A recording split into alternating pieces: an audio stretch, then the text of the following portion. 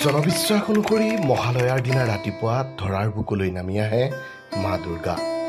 বিশ্বাস কৰা হয় যে মহালয়াৰ দিনা ৰাতিপুৱা প্ৰাতঃ ভ্ৰমণ কৰিলে লাভ কৰা যায় মা দুৰ্গাৰ বিশেষ আশীৰ্বাদ। মাৰ আশীৰ্বাদ পাবৰ বাবেই বহুলোকে ৰাতিতে উঠি প্ৰাতঃ ভ্ৰমণ কৰে।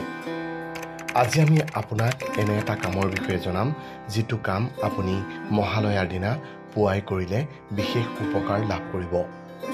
কামটো কৰিলে আপোনাৰ দুখ কষ্ট নাইকিয়া হৈ যাব, আপোনাৰ ঘৰখনলৈ শান্তি আহিব আৰু আপোনাৰ ঘৰলৈ লক্ষ্মী মাৰ আগমন ঘটিব।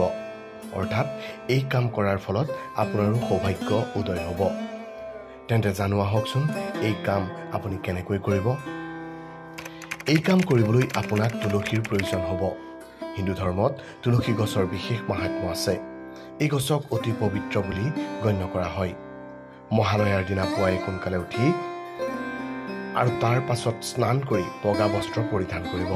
বগা বস্ত্ৰ পৰিধান কৰি তুলসীৰ তলত পানী ঢালিব আৰু এটা মন্ত্ৰ 3 বাৰ পাঠ কৰিব। এই মন্ত্ৰটি হ'ল ওম সুভদ্ৰাই নমঃ। ইয়াৰ পাছত তুলসীৰ 2টা পাত ছিঙি আনি ভগৱান বিষ্ণুৰ ওচৰত ৰাখি থ'ব। সন্ধ্যাৰ সময়ত গোসাঁই ঘৰত আৰু তুলসীৰ তলত এগছ চাকি জ্বলাব আৰু ইয়াৰ পাছত পূজা প্ৰাৰ্থনা কৰিব। পূজা প্ৰাৰ্থনা কৰাৰ পাছতে তুলসীৰ তলত এই মন্ত্ৰটি 11 বাৰ জপ কৰিব। ওম নমো ভগৱতে বাসুদেৱায়। তাৰ পাছত ভগৱান বিষ্ণুৰ ওচৰলৈ গৈ তুলসী পাত 2টা লৈ এই মন্ত্ৰটিও 11 বাৰ জপ কৰিব।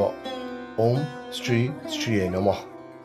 এনে কৰাৰ পাছত তুলসী পাত 2টি তাৰ পৰা তুলি আনি গাৰুৰ তলত ৰাখি শুব আৰু পাছদিনাই সেই পাত 2টি কোনো নদীত বা বোৱতী জলধাৰাত উটুৱাই দিব।